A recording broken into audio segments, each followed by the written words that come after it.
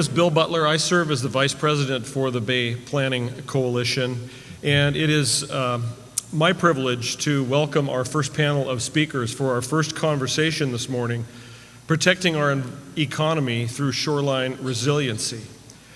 This conversation will discuss the threats that face our Bay Area shorelines and the work and the planning being done to help mitigate those threats.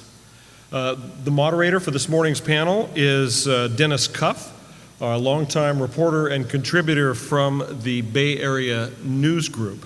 So please join me in welcoming Denis and our esteemed panelists.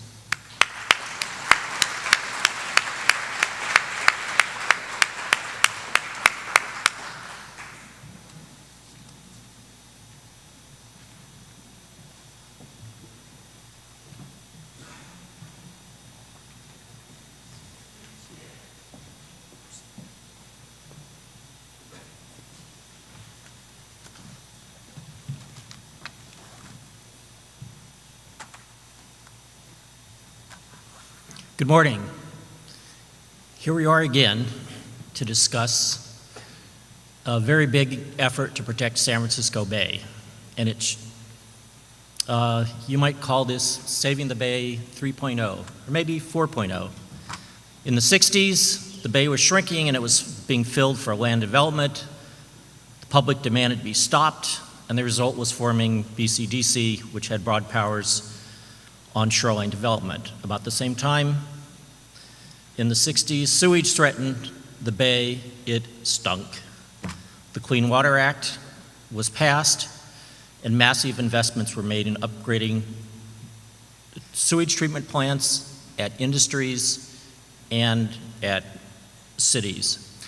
Now we're struggling to protect the shoreline from another epic problem, rising sea levels. We don't know exactly how fast the sea levels will rise. Science is uncertain. We don't know how many billions of dollars it's going to take to protect the shoreline. We're not sure how to pay for it.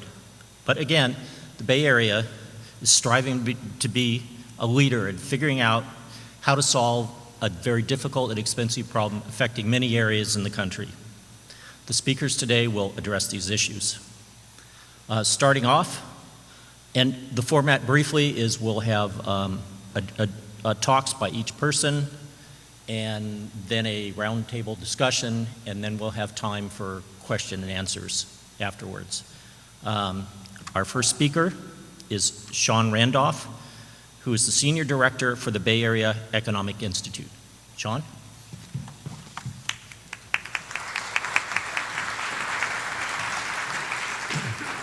Thanks, Dennis, and thanks very much to the Bay Planning Coalition for the chance to be here. As the first step, I'll try to set the stage for the more detailed conversations we'll have later on this morning and this afternoon, focusing on the economic impacts of sea level rise, what the cost might be, at least the cost of the effect. This is not getting into the cost of actually investing in mitigation. But setting the stage for that, and then looking a little bit, again, setting the stage at what's been going on over the last several years in BCDC. So a few years ago, my institute did a study called Surviving the Storm on the expected economic cost to the Bay Area of a superstorm, something like Hurricane Sandy. The idea there, and this was actually anticipating the regional ballot measure for wetlands restoration, was to understand better what was in the path of the water when the water comes. And we know it's coming at some point. We focused on the storm issue because, well, we had just come out of Hurricane Sandy not that many years before. We know that there have been enormous storms around the world over time that have had devastating economic effects, and that those have occurred in California as well. And so we posited a storm which combined a number of factors, and I'm going to deal with the term of average rainfall. This chart looks at average rainfall, and it's obvious that there is no such thing as average rainfall. It goes up and down very, very dramatically, so average is just average, but that doesn't tell you anything about what might happen in a given year. The mega flood that none of us remember, but was an enormous event back in the mid-1800s of 1862, turned the Central Valley of California into a lake. People were, I think the governor at the time was taken in a rowboat to his inauguration in Sacramento. And we know, in fact, that this kind of thing can happen again. So in looking at this mega flood kind of scenario, this is the number of residents we estimated are in the pathway of the water.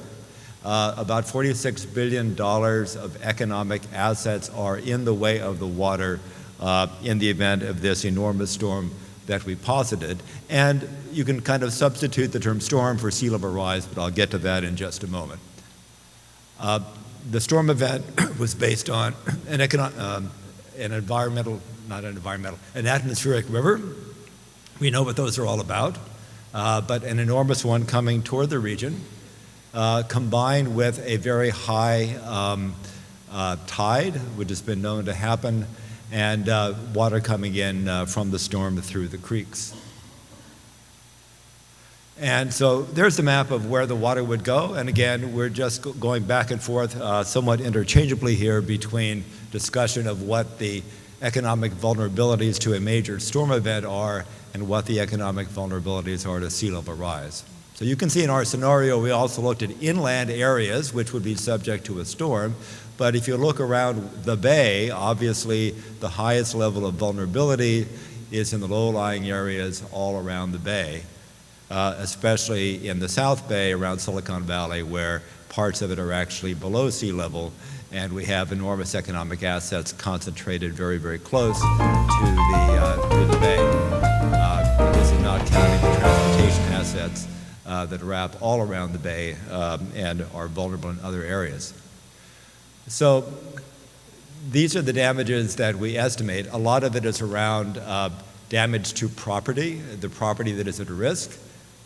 Different kinds of economic assets. There are other costs that are estimates to just loss of access to things, the inability to be on highways, the inability to move, lost business, things of that nature.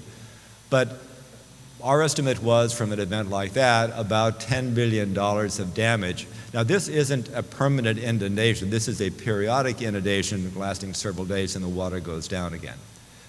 So just for a frame of reference, $10 billion is about the amount of damage suffered from the Loma Prieta earthquake, so pretty consequential. The estimates do not include sea level rise. So here we were just looking at one very specific scenario of a mega storm. So we're not talking here about consistent, sustained sea level rise, which of course will aggravate those effects. We're not talking about sea level rise which reaches a certain level and stays there. So you can consider the multiples here of a sustained level of sea level rise, maybe in conjunction with the major storm event, but you can just take sea level rise on its own merits, and you can see the scale of the potential exposure of life and assets to these kinds of events. And of course, there are economically vulnerable communities that are in the way. There are all kinds of residential and personal impacts that we didn't try to put a number on, but that are obviously a very, very important part of that equation. There are a variety of solutions, of course. There are levees with or without wetlands. There are horizontal levees, and of course there's hard infrastructure, gray infrastructure around the bay. Every geography is a little bit different. In the South Bay and parts of the North Bay, there are wetlands to work with. They are one of the best near to medium term solutions to addressing these issues. Obviously that's not going to work on the San Francisco waterfront, where investment has to be made in rebuilding the decaying seawall. We made a lot of recommendations around long-term planning for these kinds of issues, getting the conversation going. And we're not the only ones to have looked at these issues. There was a study done 2012 by the Pacific Institute. They found a similar level of vulnerability of assets that are in the way of potentially rising waters, but they were looking at it through the windows of sea level rise as opposed to storm events. So you can just go back to that map and figure out what are the assets that are in the way of that. There was another report last year by the College of Environmental Design at Berkeley that put numbers on protective assets, that kind of forward-looking investment. And they were focusing primarily on hard infrastructure, like raising walls. So of course, there's a lot of other solutions besides that, but their look at that found, and of course the impacts vary tremendously by the water level. So if you're at 1 meter, that's one level of impact. If you're at a higher level, in this case 1.4 meters, there's a much greater impact, and they found that actually there's a massive difference between water rise between 1 meter and 1.4 meter. And of course, the estimates for potential sea level rise are rising, so this leaves a very large factor of uncertainty when we consider those potentially exponential effects. Just looking at how BCDC has looked at this, because we've stepped forward at BCDC going back, well, almost 10 years, at the need for a integrated regional approach, which is necessarily a long-term approach to these issues. We've made amendments to our Bay Plan. We've had an extensive series of public workshops that are ongoing. We have working groups within the Commission to specifically address different aspects that will need to be addressed in the future in our regulations and in policy. There has been a really strong effort, and I know that many people in this room have been a part of that, to engage the public, engage the key stakeholders in those discussions about where we go forward together, because it needs obviously to be a multi-sector approach, a multi-jurisdictional approach that looks at the Bay Area as the Bay Area, not a series of one-off solutions, even though those may be necessary too. Our latest focus is on how you pay for this, the financing the future, and I think you'll hear more about that today, but it's pretty clear if you look at that timeline and some of the recommendations that we have, and I won't go through all the recommendations that have been now adopted by BCDC into our policy guidelines, but that this is a discussion that is not short-term. It's one that has been underway now, depending on when you start to count, since probably 2010, maybe even 2009. It's going to go on for many, many more years, necessarily because it's something where between business and government and communities, we all need to be together and together cross-jurisdictionally on this. I think Allison is going to tell you a bit more about some of the specific strategies, such as adapting to rising tides that BCDC has been working on, but with that, I hope this just gives you a flavor of the kind of vulnerabilities we have and the kind of investments will need to be made as the waters rise. Thanks.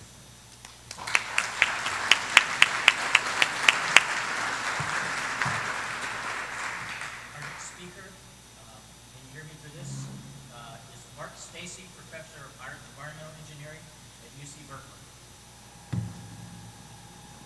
Thank you, Dennis.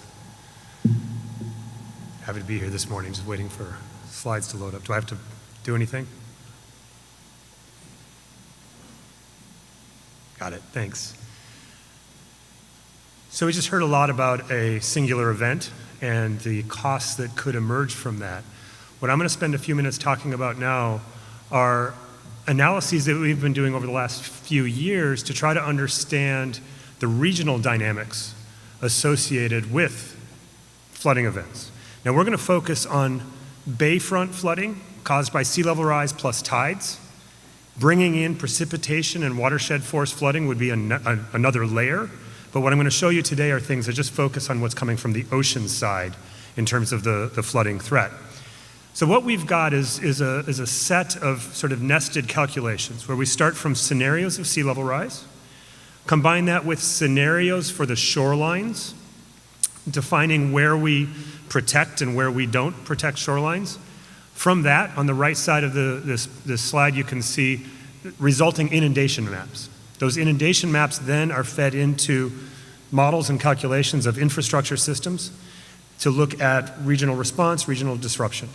The two infrastructure layers that we've analyzed thus far are the transportation system, from the perspective of moving people around, and the wastewater treatment infrastructure, which is, of course, strongly bayfront and under threat.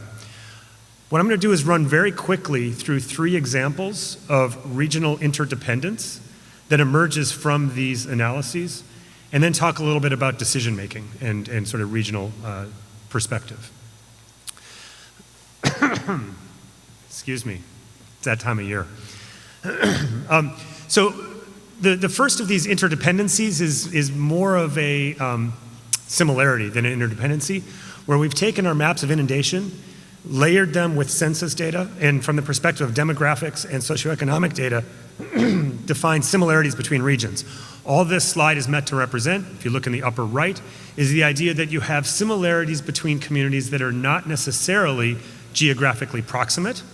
It creates opportunities for communities to learn from one another, to share resources, to think about how they're going to address their risks in a way that goes beyond their boundaries.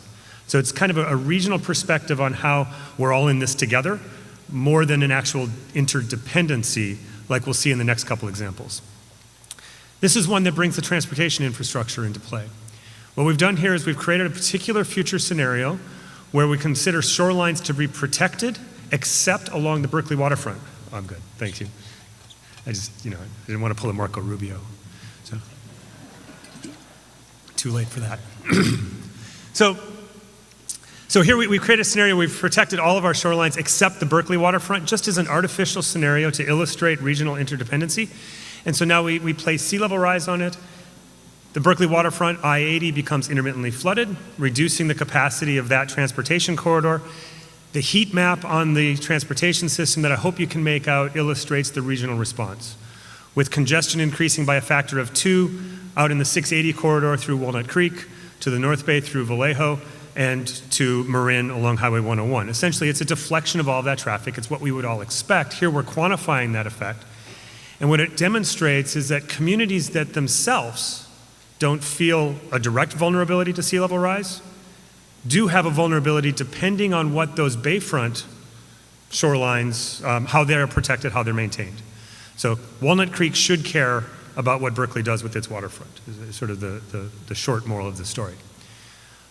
Here's a wastewater example. I'm going to move past this quickly. Happy to loop back to it, and this is actually a recent paper that we've just released, and I can send a link to the paper to those that are interested. It essentially outlines the timeline of vulnerability of our wastewater treatment facilities based on sea level rise.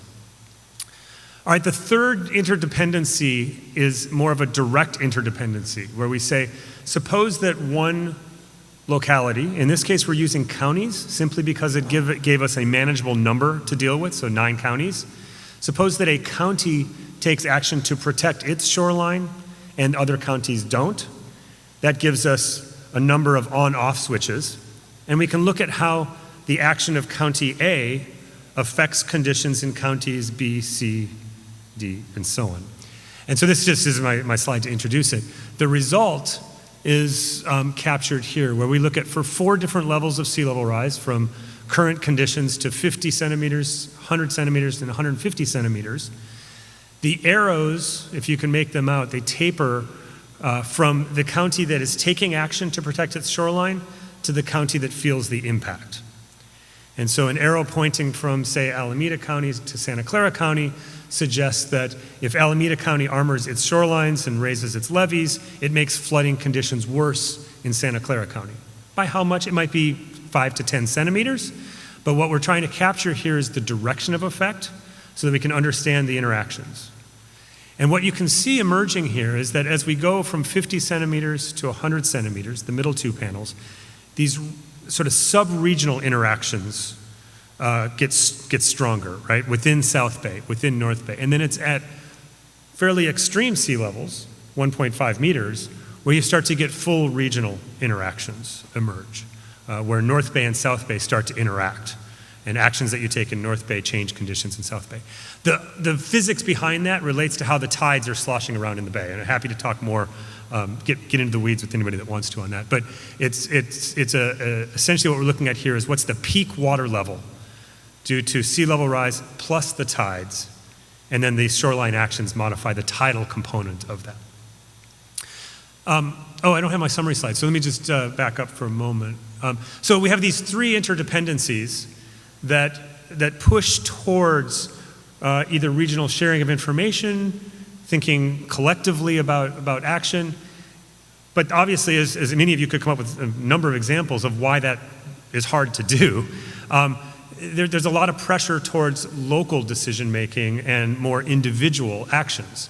I'll highlight two of those. One is timeline.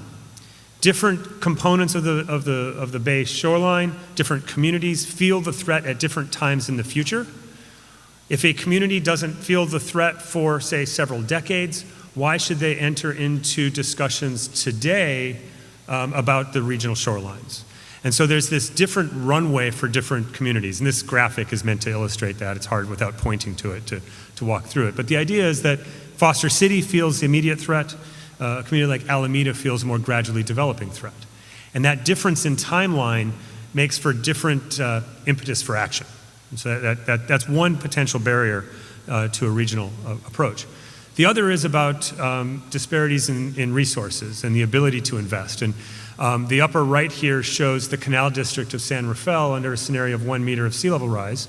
And this is a community that may not have the resources to engage in regional planning. It may not have the resources to even act on its own to prepare its shorelines.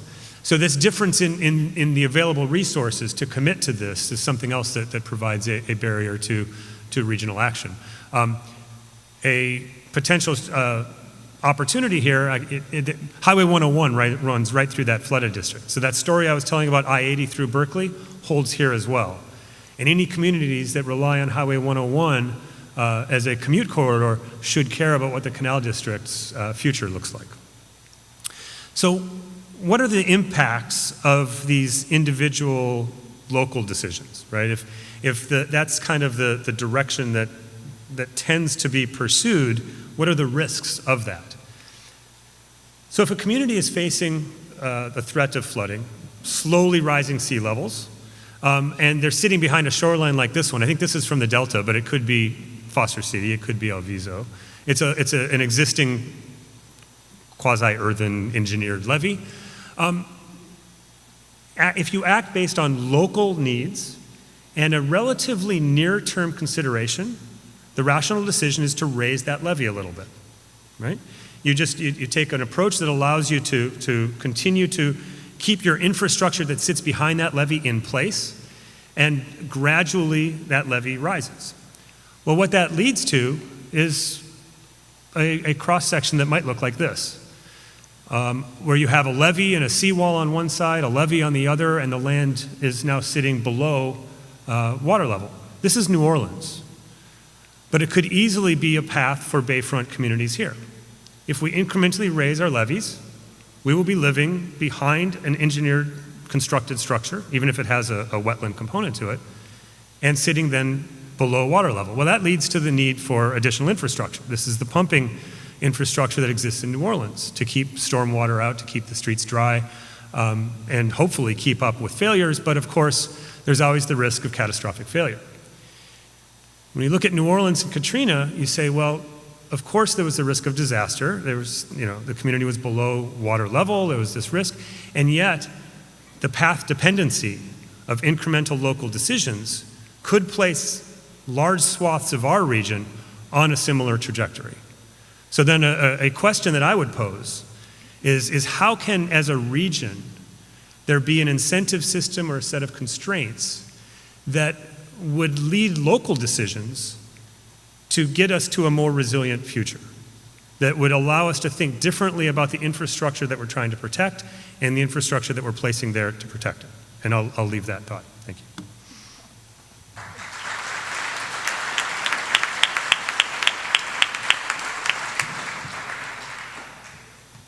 Our next speaker will be Allison, Executive Director of the Bay Area Regional Collaborative. Good morning. Mark kind of put me on the spot there because I'm going to talk about the regional action. Just waiting for my PowerPoint to get up there. Well, I'm delighted to be here. Thank you for the Bay Planning Coalition to having me here today. And just as a little background, if you're not familiar with the Bay Area Regional Collaborative, it was created through state statute to foster collaboration between the four, what we call the four regional agencies you see listed there.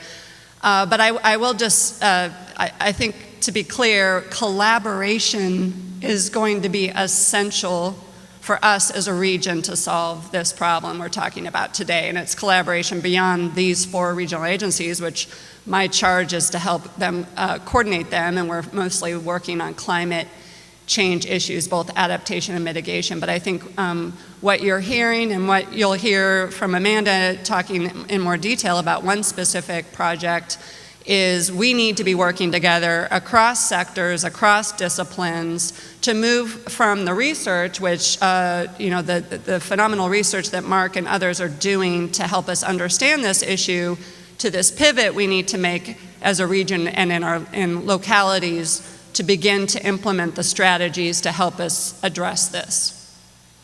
So I'm going to talk about some of the activities underway at the regional scale, certainly working with local governments and counties and others in this important work. And I'll start by I'm going to just start by some of this baseline data. The first thing we need to get to, I think, is where we're all operating from the same set of information. So it's essential to have this baseline information that's helping us collectively develop the types of strategies that are going to begin to address this in a more systematic, comprehensive way. So I'll talk a little bit about that. On the back table there, really hot off the presses, because literally it was just delivered from the printer to the back table, is a report that was just approved by my governing board at our meeting last month.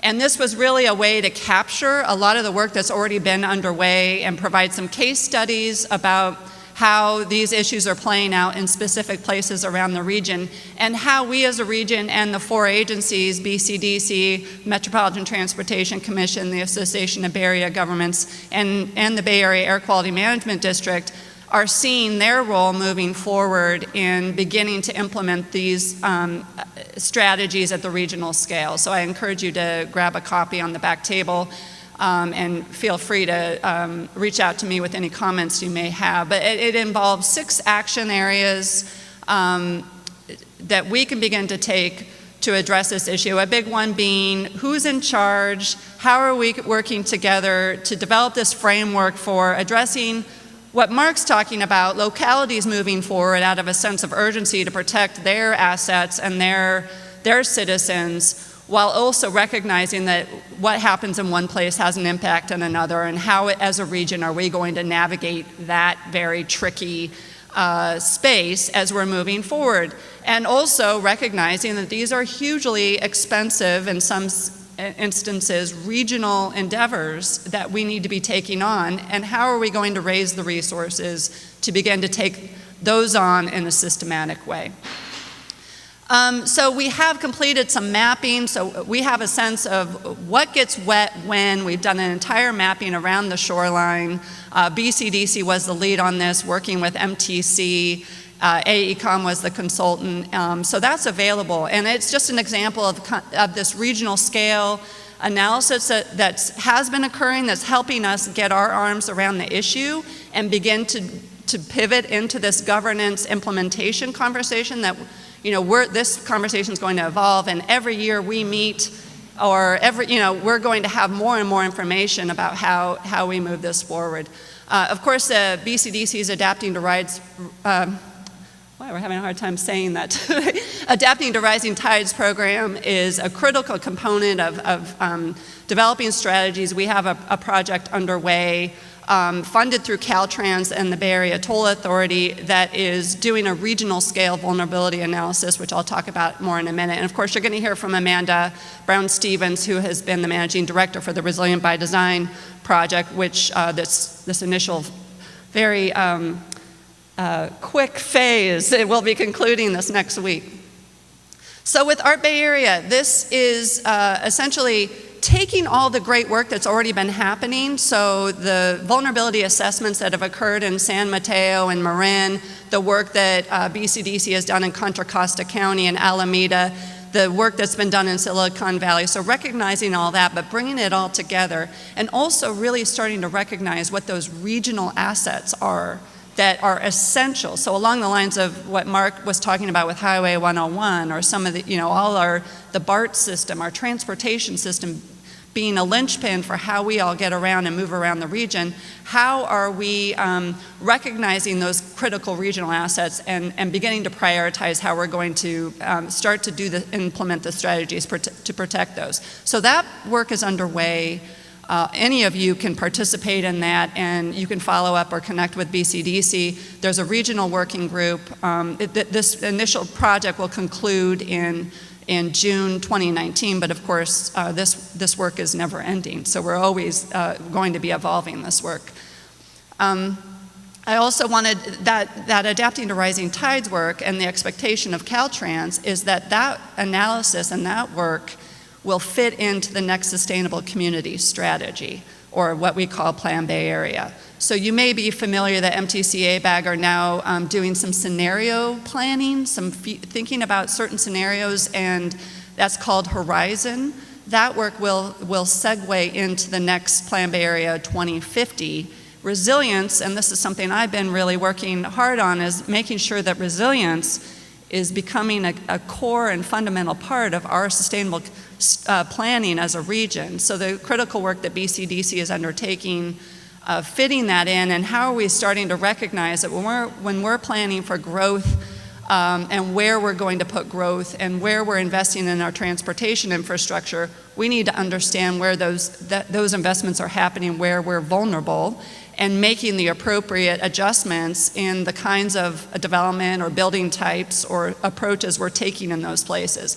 Also recognizing that we have urbanized areas in our region that we're just going to have to protect. We're sitting in one now, and of course we're familiar with many of our downtowns and just core areas around the region that we're going to have to protect. And as a region, we need to start again documenting and our strategies and working together to implement those strategies. Resilient by Design, which again you'll hear about, is a way to inject this whole dialogue with this pivot from understanding our vulnerabilities to what we're going to do about them. So we have brought in these leading thinkers to help us get our arms around the kinds of innovative approaches we can start to take, whether now or over a longer term, to begin to address these vulnerabilities. And then I'll talk a little bit about the Sp1 Planning Grants, which of course is out of the gas tax money. So hopefully that doesn't go away, because that's injecting some critical advanced adaptation planning money for our jurisdictions and the regional agencies to begin to move towards this implementation. I can't even read that. We were just talking about glasses earlier, and I realized I need them now. I don't, anyway.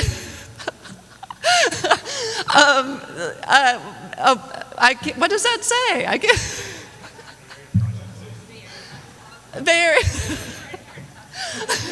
I've already talked about it. Okay, good.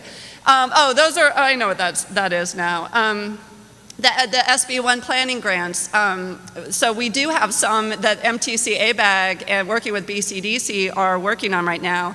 One is the Dumbarton Bridge, and taking some of the really good work that's already been done in understanding the vulnerabilities of the west approach to the Dumbarton Bridge, and starting to think of the multi-benefit project that could emerge on addressing that. And then we do have resources to do a deep dive and advanced adaptation planning in 2 more projects. Those may emerge out of Resilient by Design or some other efforts underway through the Art Bay area. So those are 2 projects underway, and of course other Sp1 planning grants that are underway around the region. We are really trying to coordinate. BART is looking at 7 of their station areas and understanding what they need to do to start addressing their vulnerabilities at these key regional access points. And then this is some of the work that's going on around the region. So I'm going to conclude, but just, how you can all be engaged, how we all can continue to collaborate are in any of these projects, and I hope many of you have been involved in the Resilient by Design effort. And of course, with around funding, we have Measure AA, we have actually Regional Measure 3 on the ballot is an opportunity to bring some resources to our key transportation assets that are for multi-benefit projects. So not just investing in congestion project, but how are we investing in our transportation systems, making them stronger and more resilient, while also addressing other issues that we're facing in our communities at the same time. And this is really the pivot we're going to have to start making, is collaborating, interdisciplinary approaches to problem solving to make us more resilient over time. So I'll conclude there. Thank you.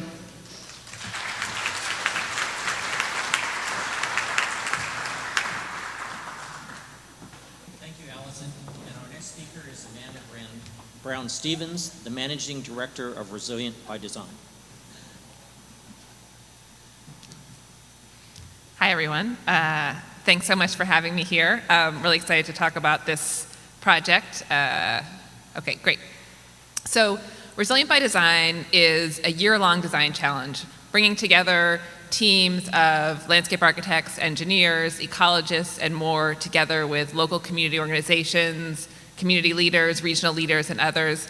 And often when I start this presentation, I talk about how this was based on the effort after Hurricane Sandy and kind of where it comes from, why we're doing it. I think I'm realizing if I just had these three panelists speak before me in all my presentations, it would be a lot easier, because I think they really build the case for why we're doing this. We know that we're vulnerable to both severe storms now and to increased flooding.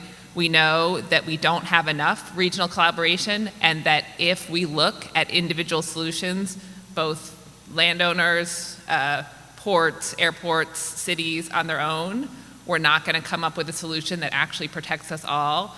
So how do we bring people together in a way that's different than we've done before? How do we catalyze this conversation? How do we start that pivot and start thinking about both, now we're getting a picture of what our vulnerabilities are, what do we do about it? This is a big, scary issue. How do we actually bring people together to come up with ideas and make change? So what we've done is have a very fast-paced, year-long challenge where we brought people together. We did a bunch of research. We visited lots of places around the region. We have teams now working in different places around the Bay. These are the places where the teams are working. They're working at different scales. Some of them are working really at a smaller than cities, kind of looking at one creek. Others are looking at multiple cities. So really looking at lots of the different types of jurisdictions we have, types of challenges. As you heard from Mark, some of the areas that we have that are even different geographically may have similar design solutions that work for them. So we're coming up with ideas to inspire and catalyze action in all these different places. And one of the things I think that's really been exciting and that we can learn from this challenge is bringing designers, bringing teams of creative people to think of design solutions that will address our flood risks while also addressing other things, but also how do we raise awareness about flooding? How do we connect with people? I think we heard both from this panel and from the legislative update before, in order to achieve the goals we have here, we need people to care about it, and we need more people to care about it than the people who are in this room. We need more people to care about this and be demanding action from their leaders. That's the only way we're going to be able to make the investments we need to actually protect ourselves, to not be in a situation, the wake-up call that events like Hurricane Sandy and other hurricanes have been, where cities just never really believed that flooding would happen in those places. And so our design teams have come up with really creative ideas. This is a storefront, an empty storefront in the city of South San Francisco. It's an old bank that's been empty for a long time. Our design team this spring took it over, put a giant map of the city of South San Francisco in the bank, and as people just wander down the street, they poke their head in, and that way the team can connect with them about, here's what we're talking about. Do you know where there's flood issues? Have you seen flood issues? Do you know this is connected to where the creek is, where the creek used to be, how we're thinking about what our waterfront looks like, and people are able to think about what would they like to see in their city, what are the problems, and how do we come up with ideas that actually address those problems. We also have our team in San Rafael partnering with a local organization that has a van. They deliver food to local community groups and others with this van. They were able to wrap this and create basically a mobile educational tool.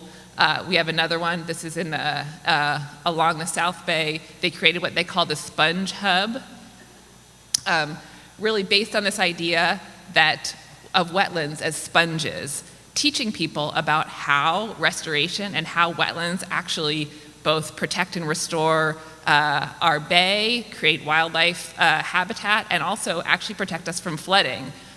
So people wander over to this thing, what is it? And then get to learn about actually how sponges absorb water, how these infrastructure investments that we're talking about can actually protect us as well as beautifying our communities.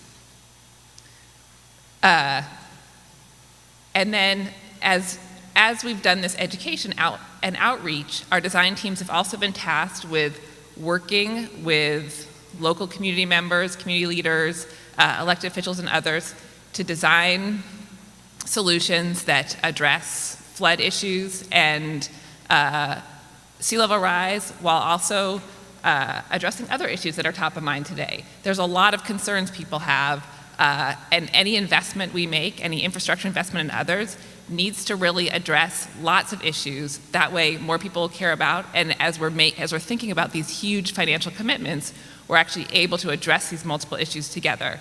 So our teams have come up with different games and activities that actually engage people in thinking through what are the trade-offs and how do we pick and choose and come up with different ideas that actually will create a more resilient shoreline.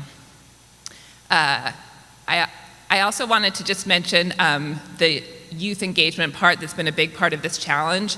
A lot of people in this room do a lot of great work, and but one of the things we've really identified is there needs to be more awareness, and there needs to be more people, more different types of voices brought into the fields of climate adaptation, of engineering, of architecture, all these things. And so we partnered with schools all around the Bay Area for them to do a parallel design challenge to actually learn about what potential design solutions will protect their communities while providing the benefits they care about, and what types of careers are available to them so we can start training the next generation of the people who are going to be in this room. So we'll have more people and more different types of voices and more different types of backgrounds as well, so we can really bring in all of those voices we need.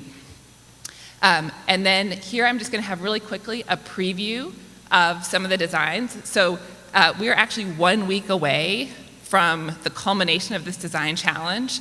So I will invite all of you, we're going to have, next week I'm going to talk about this at the very end, a way that you can actually see the unveiling of these challenges, of these design concepts and next steps. But this is just a little preview of kind of how the teams are approaching this and some of the differences that they're going about. I think this is the team that's working in San Leandro Bay or the Oakland Estuary. I think one of the key things that's emerging here is really that there's no one solution in any place that's going to be the answer. So how do we look at the lots of different ideas that make up what the solutions are going to be, and what are the short and long-term actions we can take? How can we think about how we're actually redesigning a park, or working with investments that, say, the airport or the wastewater treatment plant are making to make sure that we're thinking about the short and long term? And then how do we think about long-term ideas, like this tidal city idea, actually building in water or extending the bay back in a way that creates more developable land and more protection? And how do we help work with the community to create tools so investments we make will benefit both communities in the future and the communities that exist today, so we're not exacerbating displacement through the investments we make. And so teams are thinking about how to create tools that actually evaluate projects moving forward in a way that reflects the needs of those communities today. We also, this is the South San Francisco team, really thinking about how to make those connections between what we do at the shoreline and what we do upstream, so we're connecting all those different pieces of how we need to hold water as it comes down, how we can capture and use water, and how we can connect the communities in a way that appeals to people and brings them to the water in a way that we haven't in the past, reconnecting our Bay Area communities to the water and to the Bay. And I think that's a theme you'll see in a lot of these. This is, again, just kind of how we talk about all these pieces fitting together, and then how we think about that waterfront in a way that can we take some of the land that's maybe underutilized, if we have parking lots and other things, can we actually bring the Bay back to where it used to be before we did all this building, and that will create protections and create more development opportunities in a more protected way. So that's just a little glimpse of how teams are thinking about their design. As I mentioned, next week they'll be unveiling their design concepts along with a roadmap for implementation. And I think I like this image because we really are at a bridge point. We've brought people together. We've brought people together who've never sat in a room before talking about these issues. This has been driven by design teams. Now, where we're going after this is to take these ideas, take these engagement ideas and the concepts that come out of here, and how do we bridge this to where we as a region, and I think there's a lot of people in this room that'll play a crucial role in this, how do we bridge toward where we can connect with the funding that exists, where we can come together to get more funding. So I'm just going to leave you with this information about our events next week. On Thursday, all of the design presentations are going to be live streamed, so from the comfort of your office you can watch the presentations and come to our party on Friday night. It's going to be great. Thank you.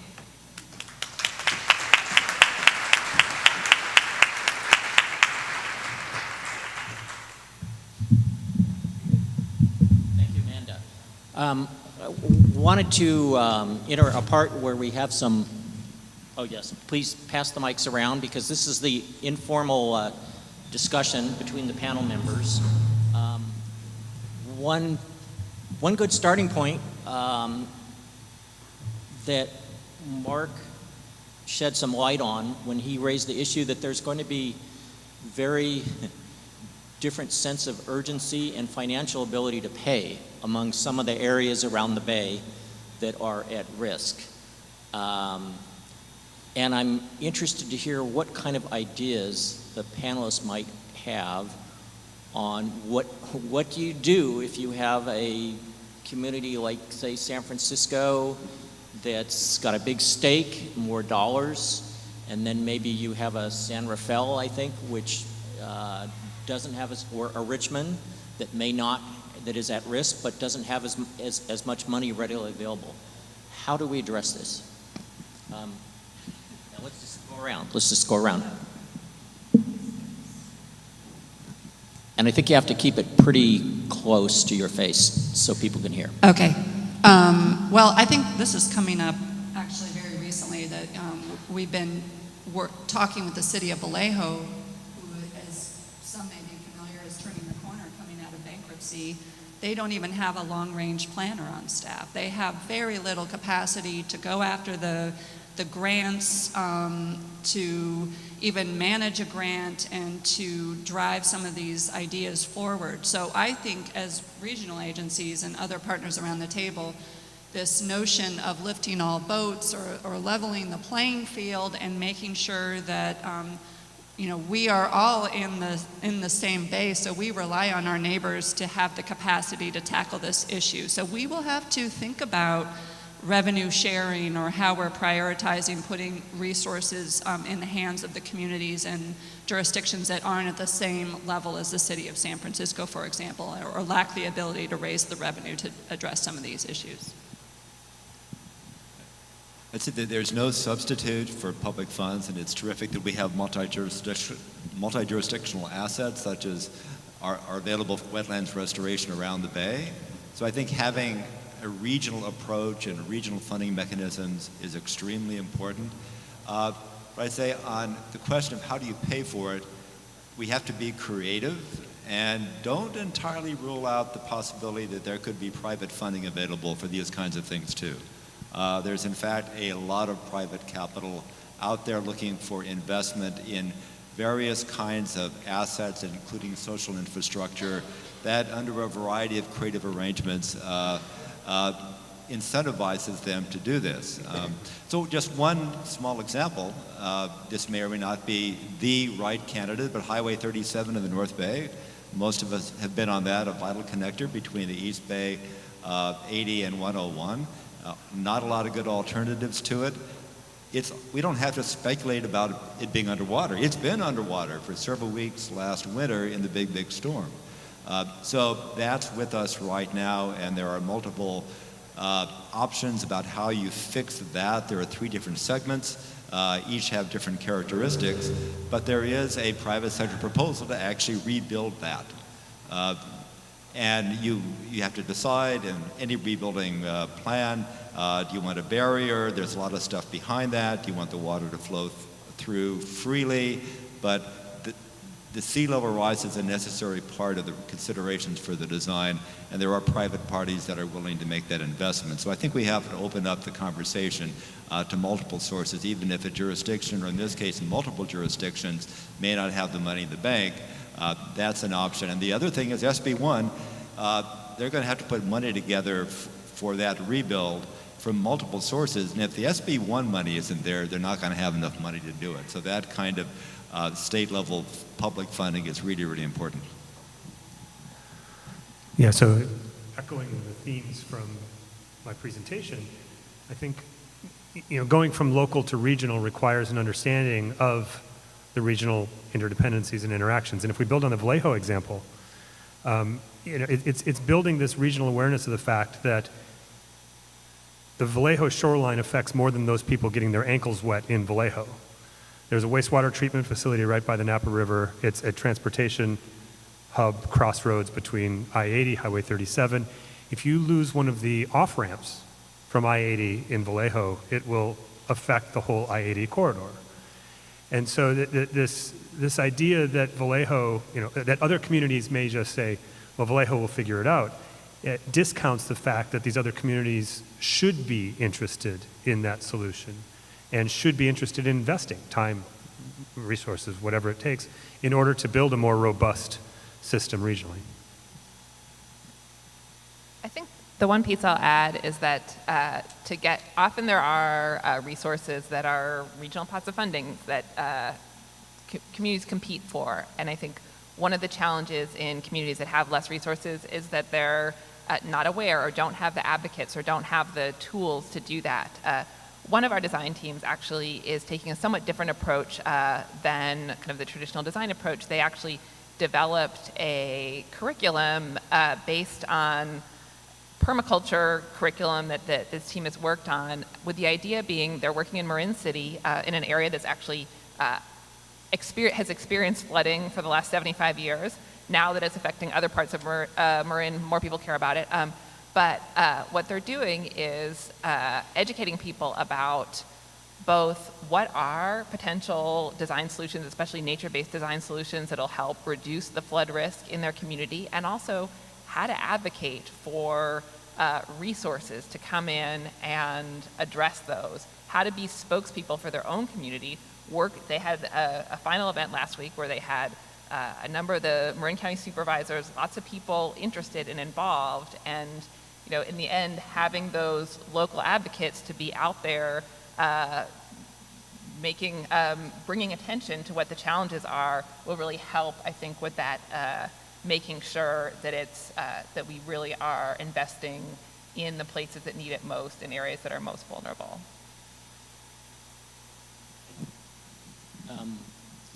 One other question I got from someone in the public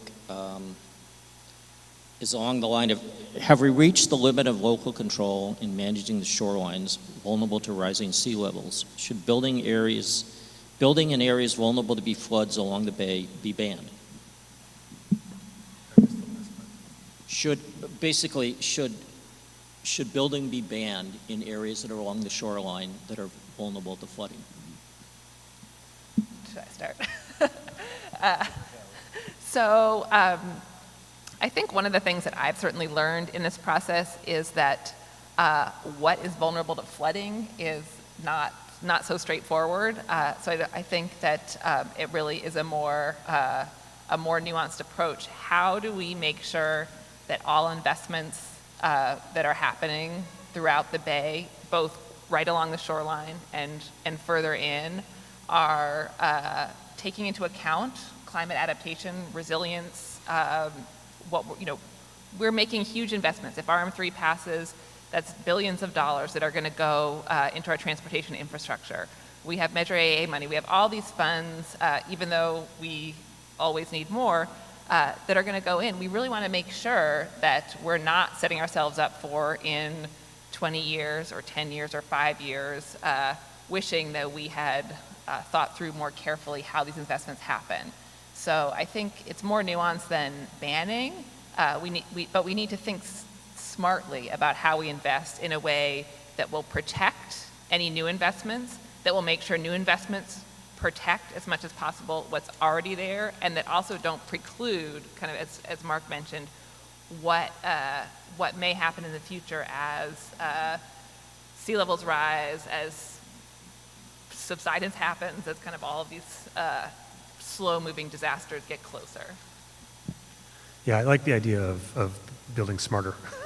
And I think not all flooding is the same.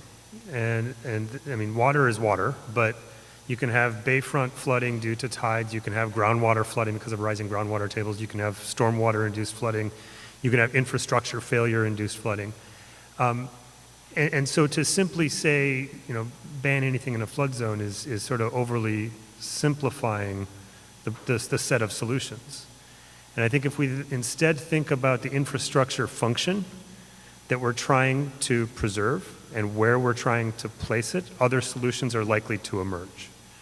If you can address the stormwater problem through regional or sub-regional approaches, that opens the door to a different type of resilience in certain locations. So I think it's looking a little bit more richly at the actual threat and the solution set that would exist because of that.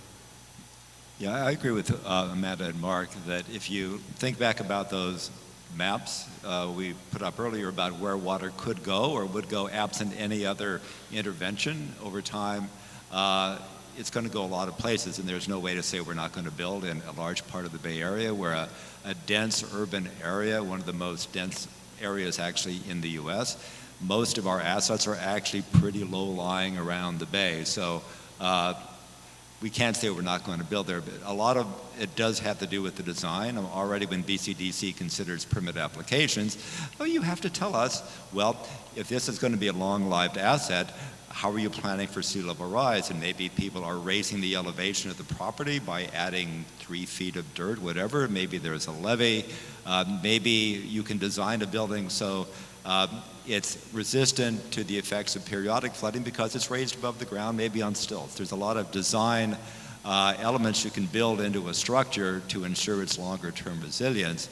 But then you need, as we've all been saying, to link those things together. Maybe the design of these different structures or properties are mutually reinforcing, and then you have these comprehensive solutions that are multi-jurisdictional. But I don't think it's really feasible to say we're not going to build anywhere where the water might go someday. Yeah, I would just add, everything will be built locally, and local people living in, working, and operating these places understand the vulnerabilities the best. That said, SFEI, the San Francisco Estuary Institute, and SPR are working on some interesting, it's called operational landscape units, to help us understand these segments around the bay and the appropriate strategies for addressing vulnerabilities in those locations based on what's there on the shoreline and the bathymetry of the bay. And I think what we need as a region are the types of tools, regional scale tools, that are going to help us in decision making. And if we can get our arms around the types of strategies that are most appropriate in different parts of the bay, it will help us as localities with regional agencies, state agencies, start to work more together to raise the resources necessary to make those investments. And I think it gets away from this local regional dynamic, because we need all of it. We need local, we need regional, we need state. We need all these different scales for different reasons. And I think we need to understand what the appropriate roles are at those different scales. There will be instances where localities are just not going to raise the resources to, we can't expect San Rafael to address the Highway 101 problem. So we're just going to have to work together. I'm just going to keep coming back to that collaboration thing, because I think it's really important. So, stop there. One of the issues you've touched on is the need to get the public aware and involved, but not freak them out, but yet not have a situation where you have very bright, well-informed people in a room here. You go outside and talk to people in the Bay about what's at risk in global warming, and you hear people talk a lot more about polar bears, a serious problem, rather than their traffic jam being messed up big time if Highway 37 is underwater. So the question is, how do you balance the message to raise awareness, but yet get something done and get a call to action? Well, I'll just jump in for Amanda, because I know she's been dealing with this firsthand, and many of, putting ideas forward in communities when top of mind for most people living in communities in the Bay Area now is displacement and fear of losing their home and the ability to live in the Bay Area. So those are very real current challenges that people are dealing with. And how do you begin to introduce what are slow-moving disaster around sea level rise and get people to pay attention to it? And this is something we have to figure out, because we need to be able to hold these issues at the same time and be able to come up with, with these solutions. And that's why the multi-benefit solution approach, but also how do we do long-range planning while dealing with the very real urgent issues people are dealing with now. And there's anger out there, and I think we've been experiencing it in as we're working in these communities. There's a lot of anger, there's a lot of distrust of government, there's a lot of polarization, as we know, that exists in, where people are in their corners, and that's going to be really hard. We have to, again, this working together to figure out, because these are, how to work together again, because these are big issues that require us, many different people, to be at the table to implement the solutions. Just to add that the BCDC, when it's done its workshops, these are these multi-stakeholder repeated workshops over many years. One of the recommendations coming out of that is now part of our planning is the need for a systemic educational campaign on this. You need to have public access and access by people who interact with the public about the best information, the changing information, but also we know it's not that effective with people to say, oh, the world's going to come to an end, we're all going to be underwater, and so people will say, what do you do? There really needs to be a way to bring people forward in a positive way about what the vision of the Bay Area will look like in the future if we do the right things and not just try to scare them. Yeah, just briefly, I think that my impression is that the communities that are on the front line for this threat don't need more awareness. They understand the risk. They may not be in a place to be able to act.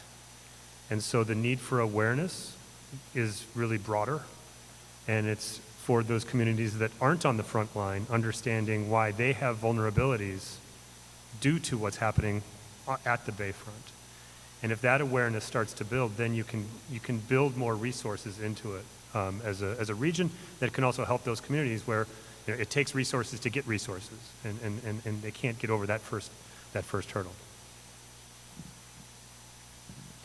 think for people who are like those of us who are in this room, I think we all work in different ways on a lot of projects, and there's always a community engagement component. There's community meetings that are planned, and there are certain people that tend to come to community meetings, and they have certain important perspectives.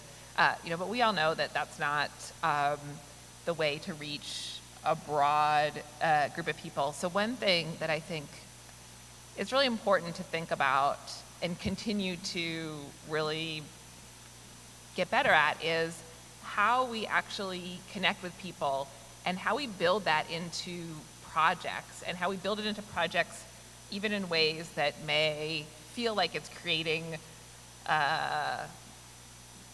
more work or creating more confusion, more difficulty. So the design team, the one working on in the Oakland estuary, they created this game along with students from the California College of the Arts. And yesterday they worked with BART, and they set up their game at the Coliseum BART station, like right in the area where you walk kind of out toward, like if you're going to a game. So kind of there's a relatively big space there. They just set up this game. There's people going in and out of there. They're commuters, they're people who live in the neighborhood, there are others, and they just talk to people about the game. They got people, the game, you have different characters. So you either are representing a community member, you're representing someone from the Oakland airport, someone from the city, the Coliseum, kind of all the different partners that are in that area. So you have to think about, what's my perspective? What are my goals here? How do I work with these other people?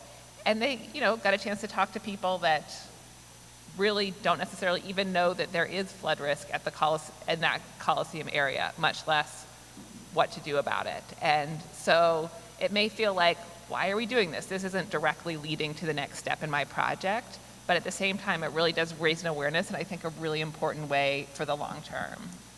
It might be worth adding also on Mark's point that several years ago when we passed a regional bond measure, not a regional measure to increase property taxes, very small increment to parcel taxes around the Bay Area to support wetlands restoration throughout the Bay. That was a 9-county measure. Every county approved that. And voters in Pleasanton were voting in favor of that. Voters in Santa Rosa were voting in favor of that. And there was a public education campaign that was done then about why that was important. And it was really clear from the outcome of that you don't have to live on the Bay to identify with the Bay and understand the Bay and its importance to the region. So I think there are opportunities, and it may not be all that hard to bring the public with us in this conversation, that what happens around the Bay and on the Bay is the concern of everybody in the region. I think we have time for about one quick question before we go to break. And there are some microphones that are moving towards you.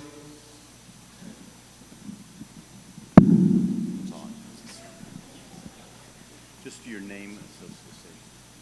Good morning, Don Cuffle with Valero. You all make a compelling case, and especially for collaboration, but none of you mentioned the Netherlands.